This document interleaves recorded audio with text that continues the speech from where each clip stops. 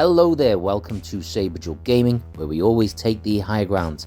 Now, despite being a big football fan, and I have done some football game reviews, I've never actually touched on any of the FIFA games, despite this being one of the biggest and longest running franchises in the sport's history. I've done a couple of news reports on it, but never an actual retro review. But today, I am going to do a retro review of one of these games, but I'm going to pick a very specific version.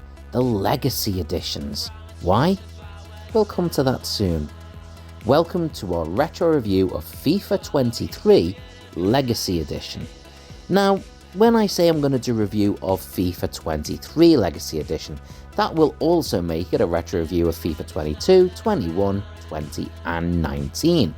You see, the Legacy Editions, which were made exclusively for the Nintendo Switch, didn't really change anything across those 5 years. You see, while Xbox and PlayStation owners were treated to a brand new game built from scratch every single year, updated mechanics, new game modes, new builds, new scans for characters, for players, for the arenas, the Nintendo fans among us were subjected to basically FIFA 19 for 4 or 5 years straight. The only updates we got were updated kits, some new menus, maybe the occasional new song, but other than that, it was the exact same game. So this literally is reviewing all 5 together. But does that make it a bad game? Well, let's find out. Well, first of all, let's dispense with my normal way of reviewing these games, where I take a look at the retro perspective, how it was viewed when it first came out, and then how it is looking back. The reality is, I am effectively reviewing all of these games, and the truth is, when that first oldest version of this on the Nintendo Switch came out, that Legacy Edition back in 2019, there was massive disappointment. Unlike every other version of the game, this had the most bare bones basic modes. Yes, you had a career mode, where you could pick your team, do transfers, work your way through season after season, etc. You could also enter cups, competitions, stuff like that, exhibition modes effectively. But that was it. There was a fair few different bits here and there, but realistically, that was the extent of it.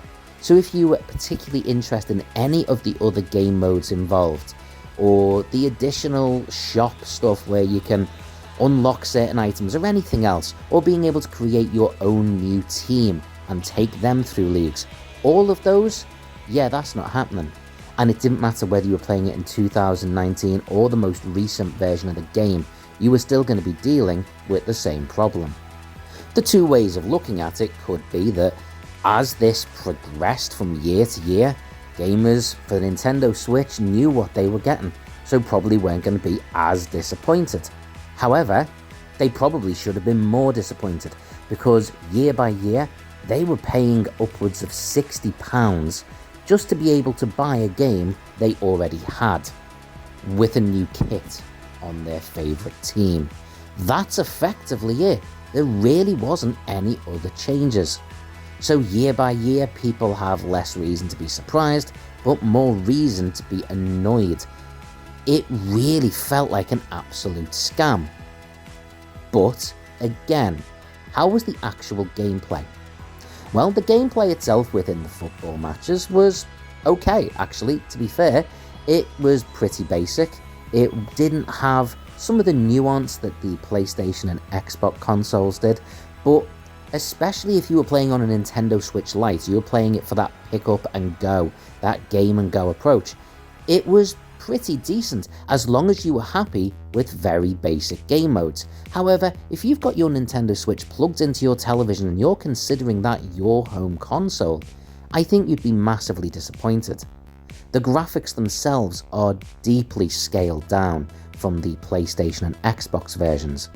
They're fine, serviceable, but there's plenty of players on that pitch you will not be able to recognise, because facial scans and updated looks really haven't been given any effort. Again, only the kits. So, from a gaming perspective, it ticks the basic boxes, but is that really enough for a game that in this version's mode came out for 2024 play. No, it's not. Hell, I've got a version of FIFA 14, I believe it is, on my iPad, and this is no real improvement over that. The gameplay is pretty much the same, the graphics aren't that much better, and yeah, realistically, that should be quite embarrassing for the Nintendo Switch. And for FIFA themselves, well, EA, making this game, releasing it year after year with no improvement at all. How they got away with it, I would say, is beyond me, but I can tell you exactly how they got away with it. People kept buying them. We kept buying them, I include me in this. Now granted, I didn't buy it year after year, I think I owned about 2 of these, with gaps in between, but the reality is, they would have done something different if, they weren't selling. As long as they're selling, they've got no incentive to actually put any effort into making a new game. I'd love to break this game down, look at previous reviews of it, what scores it got, how people ranked it, all those sorts of things, and what people thought as each of these came out one by one, compare them to each other.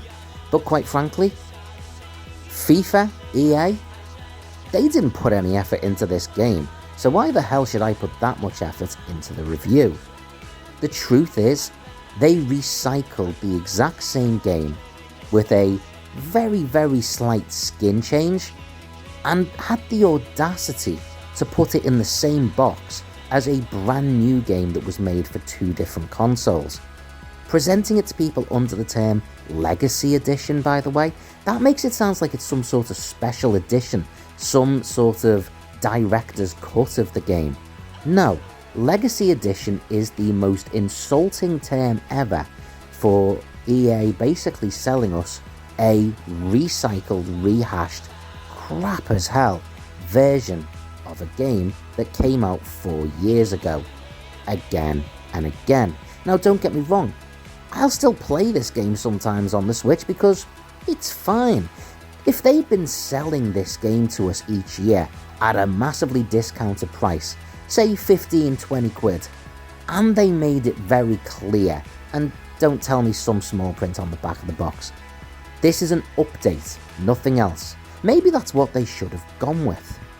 If EA knew what they were going to do year after year, they should have just made one game and each year sold an update with new kits, transfers, all that kind of stuff. Instead, Legacy Edition is an absolute scam for FIFA 19 all the way through to FIFA 23. And how did it score? Well, it's kind of obvious, not well. For me, FIFA 23, I am being very complimentary by giving it a 4 out of 10. By Nintendo Switch standards, the graphics are fine, and that's only because I'm looking at it as its own one-off game for this rating. The gameplay is basic as hell, but it does the basics of football. That's as much as it deserves.